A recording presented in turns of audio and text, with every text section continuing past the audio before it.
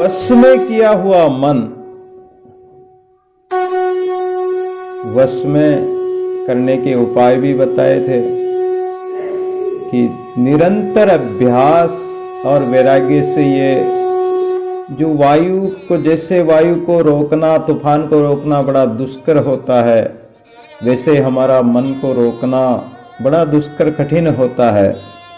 लेकिन जिस योगी का चित्त वश में हो गया है वो अपने स्वस्वरूप परमात्मा में, अपने आत्म स्वरूप में लीन हो जाता है। कैसे हो जाता है कि जैसे घर में, कमरे में अगर कोई दीपक जला रखा है और दीपक जला रखा है तो दीपक की लो अगर हवा चल रही हो, खिड़की दरवाजे खुले हो तो हवा के कारण दीपक की लो इधर उधर हिलती है, डुलती है, इधर उधर झुक जाती है। ज्यादा हवा चले तो बुझ भी जाए। लेकिन जहां हवा के लिए झरोके इत्यादि दरवाजे सब बंद है और उसमें दीपक जला रखा है तो वो दीपक की लो एकदम सीधी जाएगी, एकदम ऊपर की ओर जाएगी। वो दीपक की लो कोई चेष्टा नहीं करेगी, एकदम स्थिर रहेगी, एकाग्र रहेगी, एक चित्त रहेगी। तो इस प्रकार जिस योगी का चित्त शांत हो जाए, उस एक परमात्मा में लग जाए, अपने स्वरूप चिंतन से जुड़ जाए, तो ये योग कहा जा सकता है, इसको योग कहते हैं। इससे योगी के चित्त की भी ऐसी स्थिति बीतती है जिस अवस्था में पूर्णता प्राप्त हो जाती है। उस अवस्था का आगे के इस श्लोक में वर्णन कर रहे हैं भगवान अर्जुन के प्रति। अर्जुन को कह रहे हैं, वहां महाभारत युद्ध में अर्जुन को गीतोपदेश दिया भगवान ने, लेकिन अर्जुन के माध्यम से हम सबको ये अद्भुत ज्ञान जो प्राय लुप्त हो गया था भगवान ने वापस प्रकट किया था। और हम अज्ञानी जीवों के कल्याण के लिए श्रीमद् भगवत गीता ज्ञान भगवान के मुखारविंद से निकला हुआ ये अमृत है, अमृत रूपी नाम है। और सबे विष जाल राकणहारा राम है, दादू दूजा काल। ये परमात्मा का जो नाम है, परमात्मा की चर्चा है और परमात्मा के मुखारविंद से निकला हुआ ये अमृत है, ये दूध है। जैसे गाय के थनों से दूध निकलता और बछड़ा पीता है, तो अर्जुन तो बछड़ा है और गाय है कृष्ण भगवान। तो यहाँ भगवान की जो गीता है ये गाय है, ये दूध है, अमृत है। और इस अमृत को हम सब बछड़े बनकर पिए। गौ बच्छ का ज्ञान गए, दूध रहे ल्यो लाई, सींग पूंछ पग पर हरे, अस्तन लागे धाय। दादू जी महाराज कह रहे हैं कि जैसे गाय का बछड़ा होता है, वह जब उसको भूख लगती है तो वो गाय के पास जब आता है तो वो न तो गाय के सींगों को देखता है, न उसके मुख को देखता है, न पूंछड़ी को देखता है, न आगे पीछे पैरों को देखता। वो तो केवल थन में जाकर दूध पान करता है। उसका लक्ष्य केवल दूध पीना है, उसका ध्येय केवल दूध पीकर अपनी भूख मिटाना है। ऐसे ही दादू जी महाराज कहते हैं कि गौ बच्छ का ज्ञान गहे, दूध रहे ल्यो लाए। हमें सींग पूंछड़े से क्या लेना देना, हमें तो गाय के दूध से काम है। ये संसार, ये विराट रूप है भगवान का। सूर्य क्यों बनाया भगवान ने, सृष्टि क्यों बनाई, किस लिए बनाई, क्या कारण था, कैसे चलाता है, क्या, ये सारी चीजें हमें कोई आवश्यकता नहीं। इन सांसारिक बातों की या सांसारिक संबंधों की कोई आवश्यकता नहीं। हमारा लक्ष्य तो उस बछड़े के समान होना चाहिए कि जो अमृत निकल रहा है, जो दूध निकल रहा है, उसको पीना है। ये सत्संग रूपी अमृत है, नाम रूपी अमृत है, उस अमृत का पान करना है। ज्यों ज्यों पीवे राम रस त्यों त्यों बढ़े पियास, ऐसा कोई एक विरला दादू उदास। इस रस को पीते हुए इस रस में ही डूब जाओ। यूं रस मीठा जिन पिया सो रसी माई समाई, मीठे मीठा मिल रहा दादू अनंत न जाए।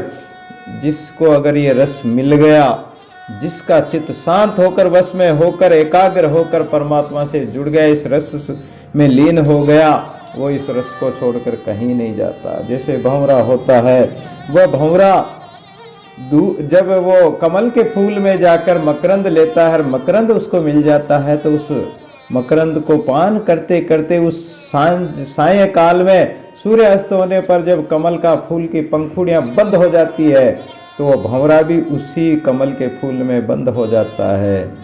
और उसको ये पता नहीं कि कल प्रातःकाल कोई हाथी आएगा, कोई आया मेरे को तोड़ कर पछाड़ लगाई तो मेरा सतराम हो जाएगा।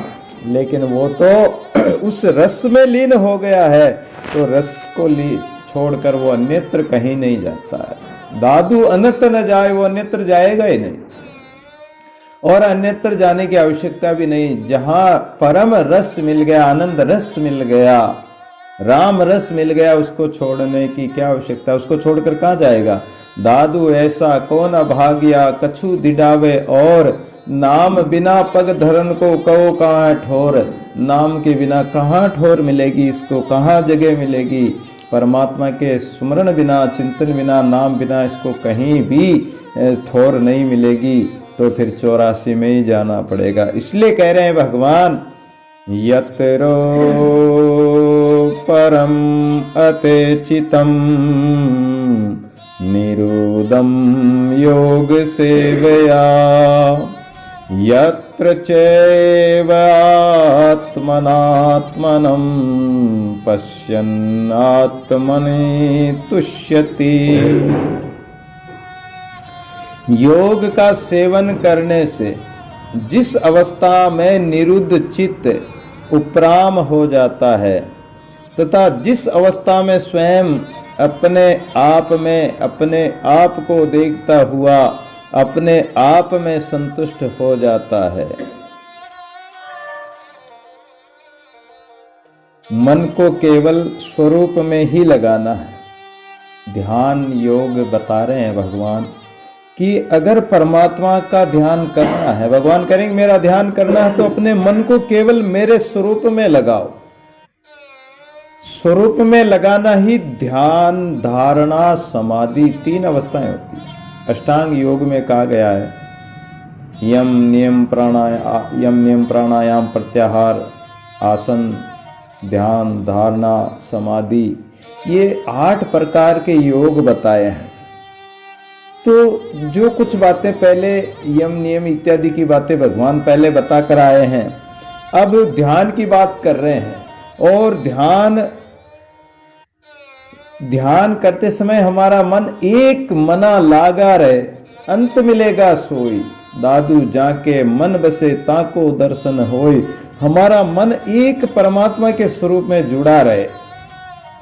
जो अपना स्वरूप परमात्मा है उसमें उसको धारण करना है, वही धारणा है। ध्यान धारणा यानी ध्यान में उस परमात्मा को धारण करना है, उस स्वरूप को धारण करना है। ऐसी धारणा होने के बाद अपने स्वरूप के सिवाय दूसरी ओर हमारी वृत्ति जाएगी नहीं, दूसरी वृत्ति पैदा ही नहीं होगी।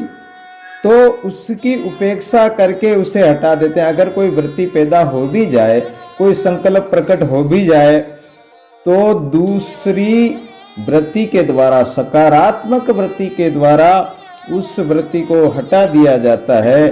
चित्त को केवल स्वस्वरूप में लगाना है। जैसे गंगा की धारा बहती है, एक धार चलती रहती है, वो कहाँ से पानी आ रहा है, कहाँ जा रहा है, लेकिन वो एक धार बहती रहती है। ऐसे हमारी ध्यान की जो प्रवाह है, ध्यान की गंगा है, ये ज्ञान की गंगा बहती रहे, प्रेम से, भाव से, श्रद्धा से।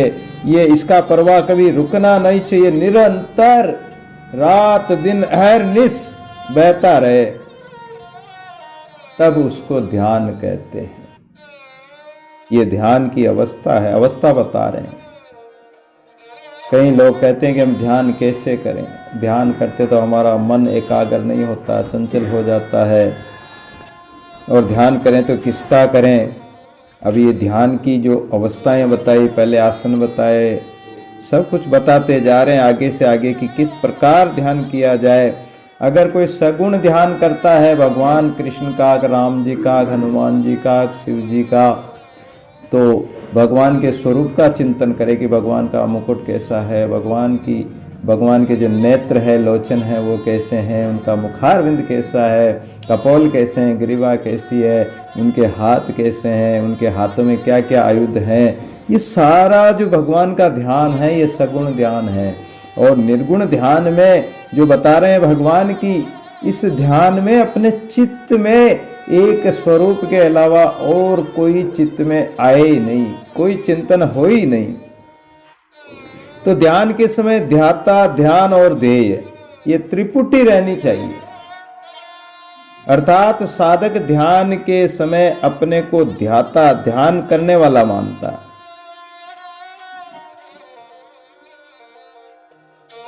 और स्वरूप में तद्रूप होने वाली वृत्ति को ध्यान मानता है।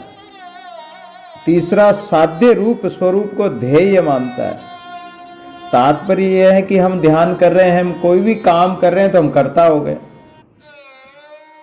कि हम ध्याता हैं।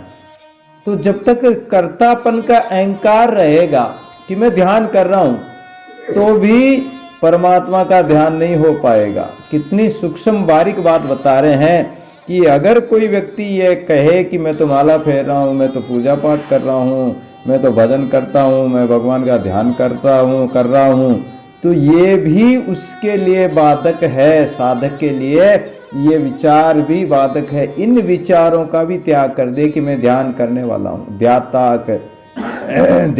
ध्याता, ध्येय तो रहना चाहिए परमात्मा का लक्ष्य तो, लेकिन ध्यान करते वक्त अहंकार नहीं होना चाहिए, मन में कर्तापन का अभिमान नहीं आना चाहिए। तात्पर्य है कि जब तक इन तीनों का अलग अलग ज्ञान रहता है तब तक वह ध्यान तो कहलाता है।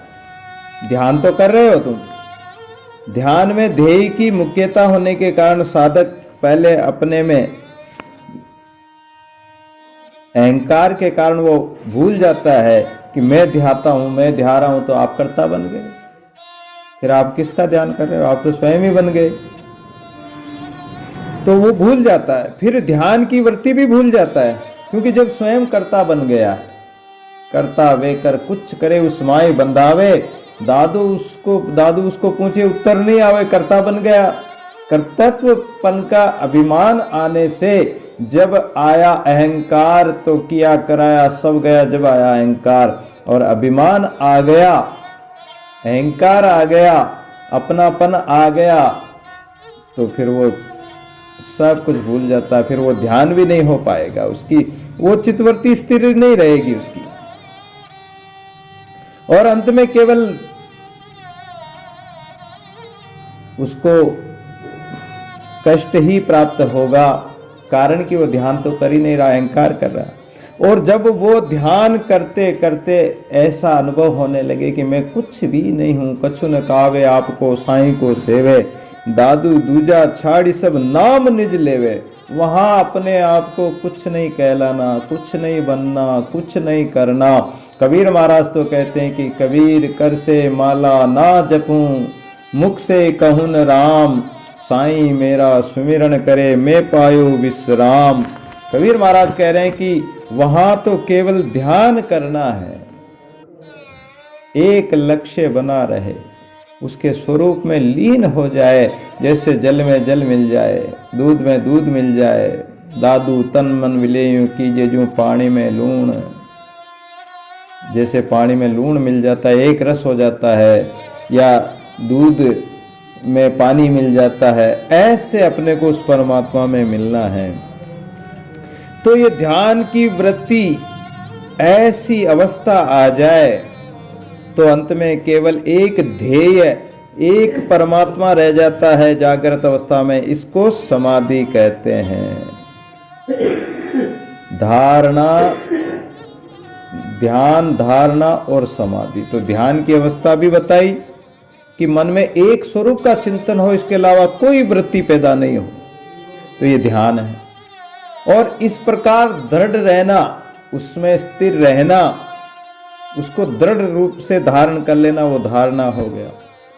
और मन में ये अभिमान नहीं हो कि मैं ध्यान कर रहा हूं या करने वाला हूं, तो वो जब एकदम निर्वात हो जाएगा, कोई विषय वासना की हवा नहीं चलेगी, किसी प्रकार की वासना का वासना की स्फूर्णा नहीं होगी, कोई कल्पना नहीं होगी, कोई संकल्प विकल्प नहीं होगा, तो समझ लो कि वहाँ निर्विकल्प समाधि लग जाएगी, वहाँ समाधि लग जाएगी। कल्पना है ही नहीं, कोई चिंतन है ही नहीं, कोई विचार ही नहीं, बस विचार शून्य होते ही वो समाधि लग जाएगी। जैसे दीपक की लो स्थिर हो जाती है, ऐसे ही उसका चित्त एकाग्र होते ही हमारी वृत्तियां बाहर फैल रही है। जैसे ये अंगुलियां हैं, कोई काम की, कोई क्रोध की, कोई लोभ की, कोई मोह की, कोई भक्ति की, कोई ज्ञान की, कोई वैरागी की, कोई त्याग की, कोई साधना की। तो हमारा मन अगर काम की वृत्ति पर बैठा है, जैसे कोई ऐसा वृक्ष पर जाकर बैठो जिसका फूल ऐसे कांटेदार हो, या उसमें ऐसी मतलब गलत सुगंध आ रही हो, बदबू आ रही हो, तो वहाँ जाके बैठोगे तो वैसी वासना होगी, वैसा ही वो होगा, वैसी बदबू आएगी। और अगर गुलाब के फूल पे जाकर बैठेगा भंवरा, तो वहाँ बढ़िया मकरंद भी मिलेगा और उसके सुगंध भी बढ़िया आएगी। तो ये वासना की वृत्ति प्रकट होगी। क्रोध की पंखुड़ी पर बैठा तो क्रोध प्रकट होगा, मोह की पंखुड़ी पर बैठा तो मोह प्रकट होगा। तो ये मन है, ये मन चित्त अगर ये परमात्मा के ध्यान में लग जाए तो इसमें परमात्मा का अनुभव होगा, आभास होगा। और फिर इसकी इन वृत्तियों को शांत करके, इंद्रियों को शांत करके, मन का दमन करके, सारी बातें भगवान ने गीता जी में पहले बता कर आए अनेक श्लोकों द्वारा। और अब वो अवस्था बता रहे हैं कि जहाँ एकाग्र वृत्ति हो जाए, ये सारी वृत्तियों से मन हटकर और एक जगह केंद्रित हो जाए, तो वो समाधि लग जाती है। ये संप्रज्ञात समाधि है जो चित्त की एकाग्र अवस्था में होती है। हम सुनते हैं कि पहले के संत 10-10 हजार वर्ष समाधि लगा लेते, 24,000 वर्ष समाधि लगा लेते, 60,000 वर्ष तक तपस्या करते ही रहते थे। 24 अब इतनी समाधि कैसे लग जाती है? हमारी भी लगती है। हाँ, जब हमारा चित्त एकाग्र हो जाता, शांत हो जाता, एक वृत्ति हो जाता, तो वो समाधि अवस्था ही होती। चाहे आप बैठे हैं, सो रहे हैं, खा रहे हैं, चल रहे हैं, कुछ भी कर रहे हो, और अगर आपका चित्त एकाग्र है उस समय, तो आपकी वो समाधि अवस्था मानी जाएगी। इस समाधि के दीर्घ काल के अभ्यास से, निरंतर अभ्यास करते हो, दीर्घ काल निरंतर श्रद्धा, तो ये असंप्रज्ञात समाधि हो जाएगी।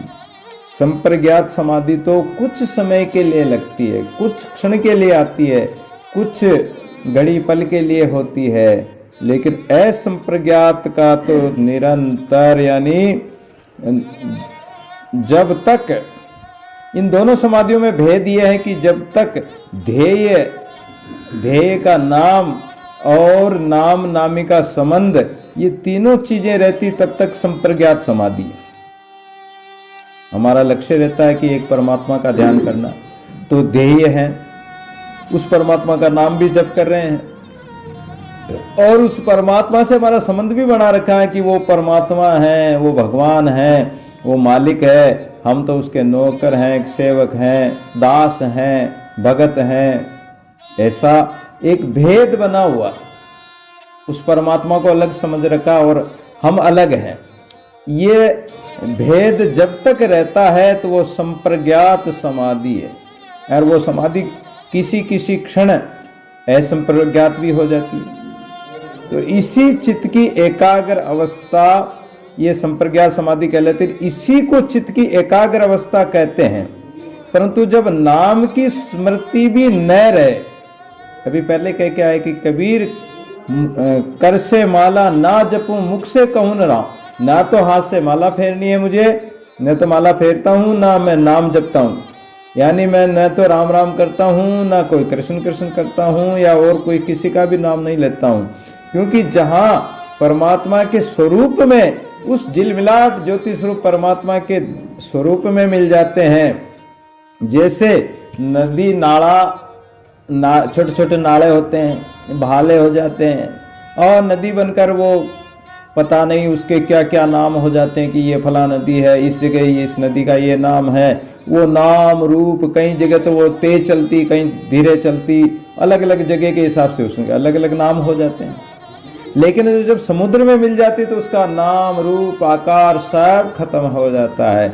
उसी प्रकार परमात्मा में जब ये जीव आत्मा मिल जाए, स्वरूप स्वरूप में मिल जाए, तो नाम भी खत्म हो जाएगा कि कौन सा नाम लूं। कोई नाम लेने की आवश्यकता ही नहीं। ये नाम रूप, ये अस्थि भांति, ये सब मिथ्या है। ये जो जिव्या के द्वारा जो नाम लिए जाते हैं, ये नाम केवल एक संकेत है, एक संज्ञा है, एक जिज्ञासु को उस मार्ग में लगाने के लिए उसका एक संबोधन है, विशेषण है। वो विशेष तो परमात्मा ही है, तो उस जगह नाम होंगे ही नहीं। ना राम होगा, ना कृष्ण होगा, ना कोई राम रहीम करीम, कुछ भी नहीं होगा। वहां तो आप ही आप रहेगा परमात्मा। तुम्हारा नाम भी समाप्त हो जाएगा। जब मेरा पता था तब तक तेरा पता नहीं, और जब तेरा पता पाया तो मेरा पता नहीं, वो खत्म हो जाएगा। तो इसलिए कह रहे हैं कि ये जहां नाम और नामी का संबंध भी जोड़ रखा आपने कि ये गुरु है, मैं शिष्य हूं, ये परमात्मा है और मैं उसका सेवक हूं, भगत हूं, नौकर हूं, चाकर हूं, कुछ भी बन रहे हो, तो ये जब तक संबंध बने रहेंगे तब तक भी आप उसमें नहीं मिल सकते हो। तो ये सब अवस्थाएं आती है, लेकिन इनको हटाकर एकाग्रवर्ती से बस एक रूप हो जाए तो ये नाम की स्मृति भी नहीं रहेगी और नामी एक परमात्मा रह जाएगा। तब वह असंप्रज्ञात समाधि होगी, यानी निरंतर हमारा चित्त निरुद्ध होकर, वश में होकर, और एक अवस्था दादू एके दशा अनन्य की दूजी दशा न जाय, आपा भूले आन सब एके रहे समाय, वहां एक अवस्था में स्थिर होना है। तो निरुद्ध अवस्था की समाधि दो प्रकार की होती है। जब अब देखो फिर आगे से आगे बताते जा रहे हैं कि इस अवस्था में भी हमारा मन पहुंच गया तो वहां भी दो अवस्थाएं बीत सकती है, एक सबीज और एक निर्बीज।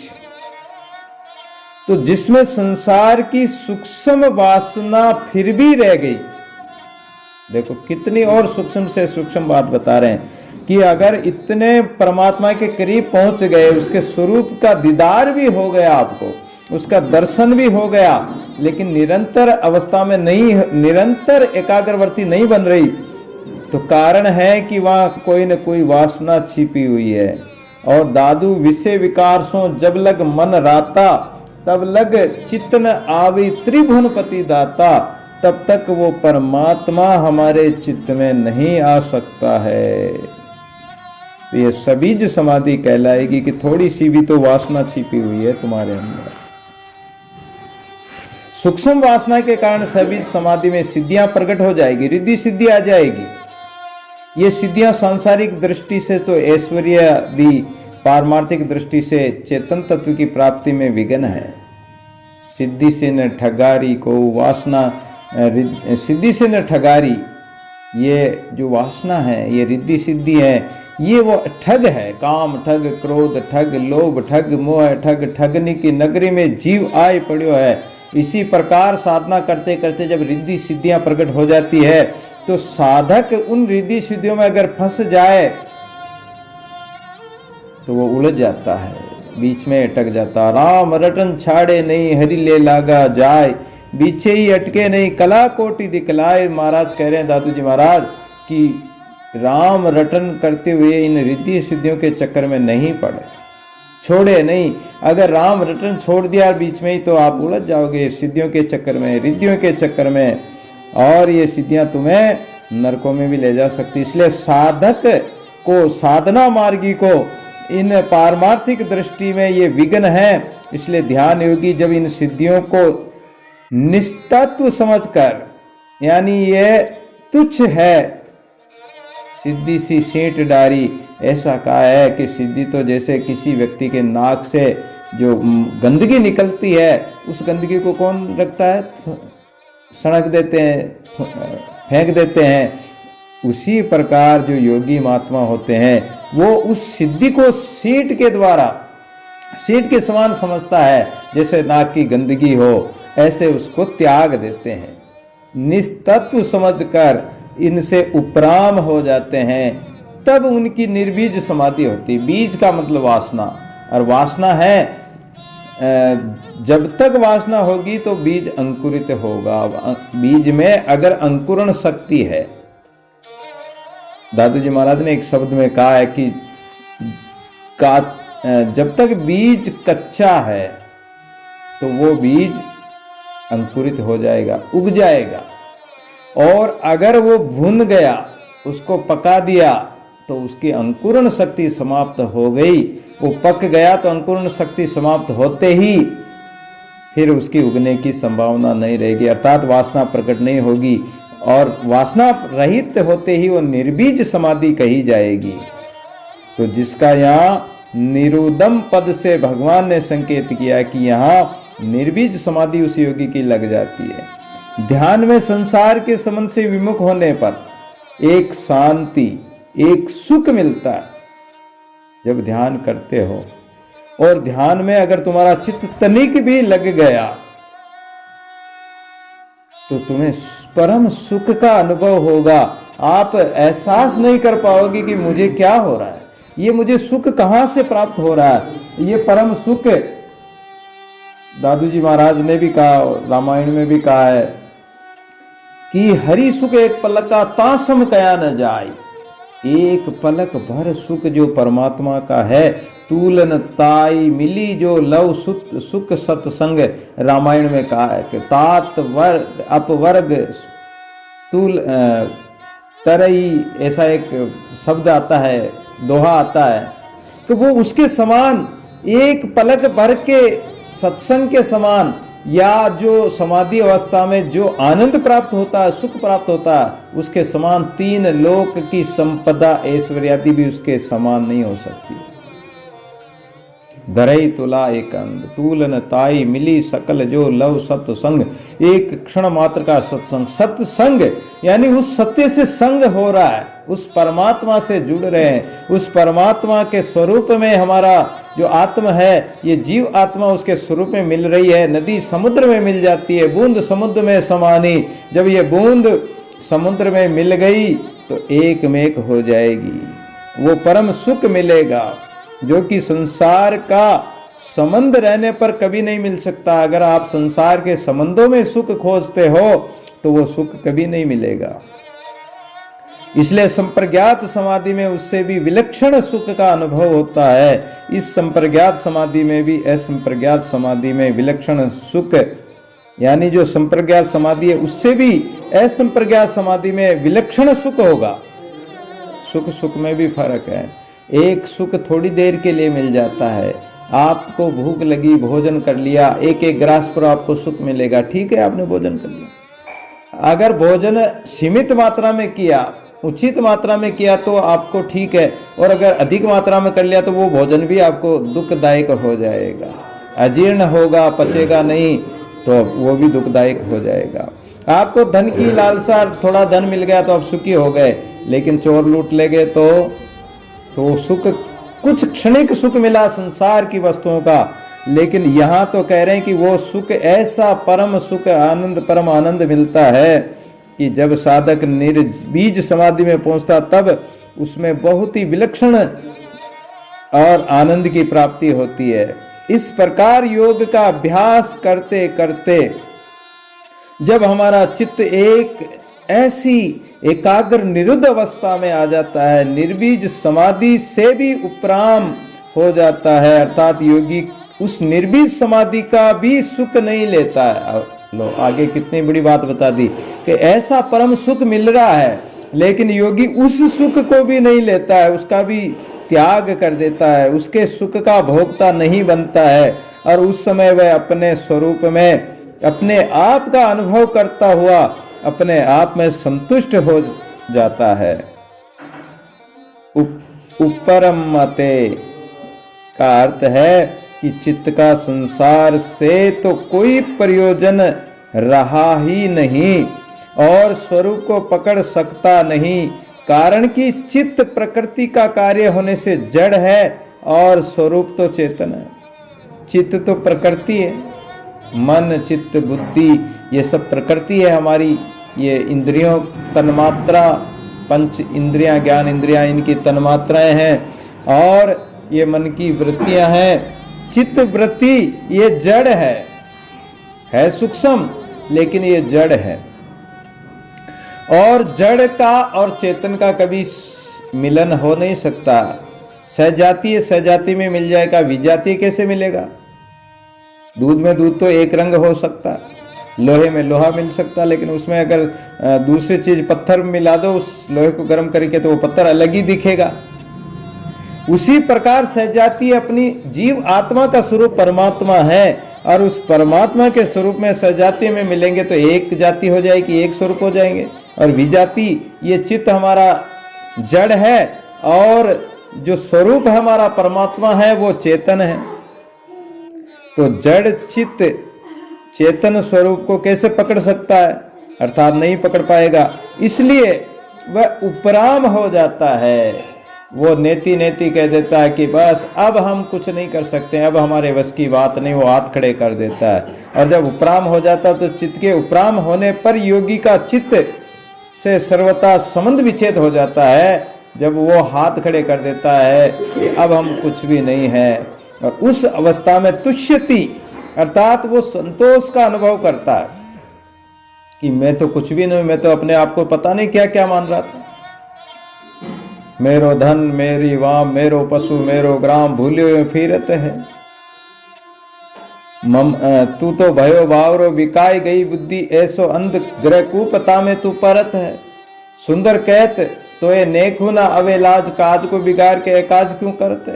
मैं तो समझता था कि मैं ऐसा हूं, मैं ये हूं वो हूं, लेकिन यहाँ जब चित्त अपने सब संबंधों से भी उपराम हो जाता है, अपने आप भी वो कुछ नहीं रहता है कि मैं कुछ तो हूं, वो भी नहीं रहता है।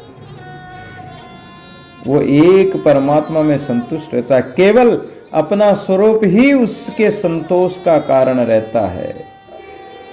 इस श्लोक में कितनी महत्वपूर्ण बात बताई भगवान ने कि अपने द्वारा अपने में ही अपने स्वरूप की अनुभूति करना है, बाहर नहीं। परमात्मा बाहर कहीं कोई देवी देवता कोई भगवान कहीं भी नहीं है, ना मंदिर में ना मस्जिद में ना काबा काशी कैलाश में। परमात्मा तुम्हारे घट भीतर है, तुम्हारे ध्यान में है। खोजी होई तो तुरते मिलहो, श्वासों की श्वास में या पल भर की तलाश में मिल जाएगा परमात्मा। तो यहाँ ना मंदिर की जरूरत है, ना मस्जिद की जरूरत है, ना कहीं तीर्थ की जरूरत है, ना कोई एकांत की जरूरत है कि जंगल में जाना, गुफा में जाना, पहाड़ों में जाना, कहीं कोई जरूरत आवश्यकता नहीं है। अपने स्वरूप में स्थित होना है, अपने आप का अनुभव करना है। तप कर कर दह जलावे यूं भरमत भरमत दह जलावे, यानी तप कर कर बहुत सारे संत महात्मा कोई तपस्या करते हैं, कोई धूनी रमाते हैं, कोई पहाड़ों से जंपा पाती कर लेते हैं, कोई गुफाओं में साधना करते हैं, कोई उंधे लटक जाते हैं, अनेक तरह की कठिन साधनाएं कठोर साधनाएं करते हैं, हठयोग करते हैं। यहाँ भगवान कितना सरल साधना बता रहे हैं, कितनी सहज साधना, सहज समाधि भली संतों। कबीर महाराज ने कहा कि संतों सहज समाधि भली, ये सहज समाधि बता रहे हैं। ऐसी सहज समाधि होती है वो, इसमें ना गृहस्थी का भी फर्क नहीं है कि साधु का भी फर्क नहीं है। यहाँ तो साधक की साधना की आवश्यकता है कि गृहस्थी हो चाहे साधु हो, या ऐसा कोई आवश्यकता नहीं कि बुढ़ा है कि बालक है कि जवान है कि स्त्री है कि पुरुष है, साधु है गृहस्थी, ऐसी कोई आवश्यकता नहीं है।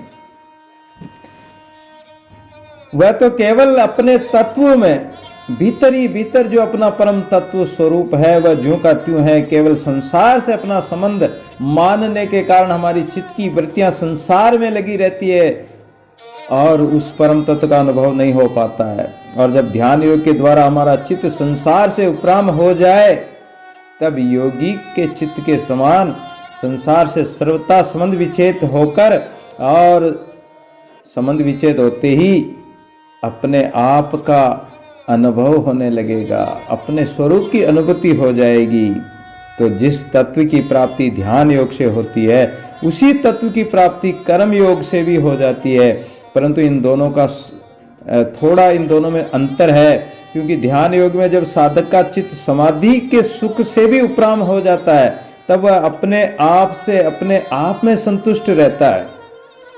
और कर्म योग में जब साधक मनोगत संपूर्ण कामनाओं का सर्वथा त्याग कर देता है, तब वह अपने आप से अपने आप में ही संतुष्ट होता है। तो ध्यान योग में अपने स्वरूप में मन लगाने से जब मन स्वस्वरूप में तदाकार हो जाता, एक रूप हो जाता, तो समाधि लग जाती। उस समाधि से भी जब मन उपराम हो जाता, तब योगी का चित्त संसारिक संबंध विच्छेद हो जाने पर वह अपने आप में संतुष्ट हो जाता है। तो कर्म योग में मन, बुद्धि, इंद्रियां, शरीर आदि पदार्थों का तथा संपूर्ण क्रियाओं का प्रवाह केवल दूसरों के हित की तरफ हो जाता है। तब मनोगत संपूर्ण कामनाएं छूट जाती हैं।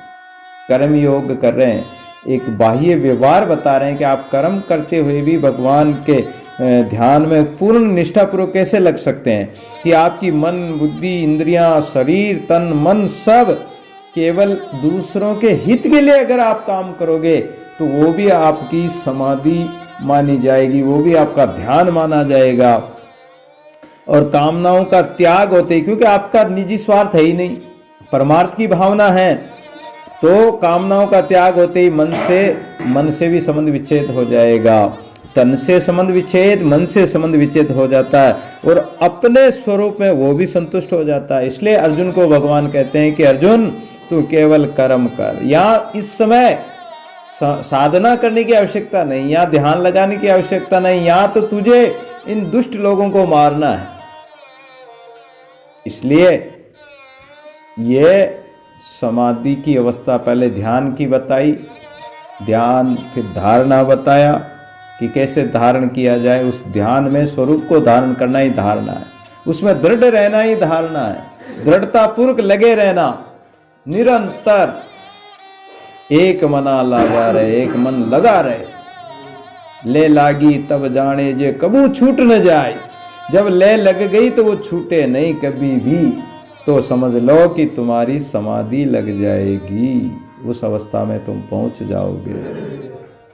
तो इस प्रकार भगवान श्री कृष्ण ने गीता जी में अर्जुन को जो सुंदर उपदेश दिया, उसके कारण हम सब जीवों को एक स्वस्वरूप अपने आप को पहचानने का और ध्यान करने की विधि, साधना करने की विधि और स्वस्वरूप को प्राप्त करने का सुंदर और सरल मार्ग भगवान ने हम सब को बताया है, हम सब ने श्रवण किया है।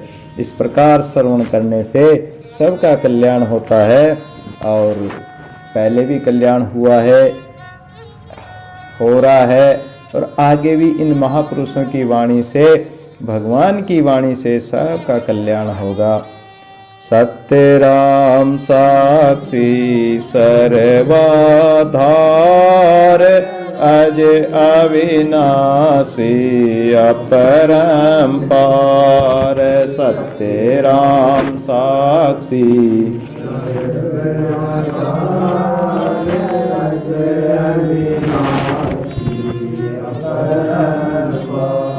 अज अविनाशी अपरंपार, अज अविनाशी अपरंपार।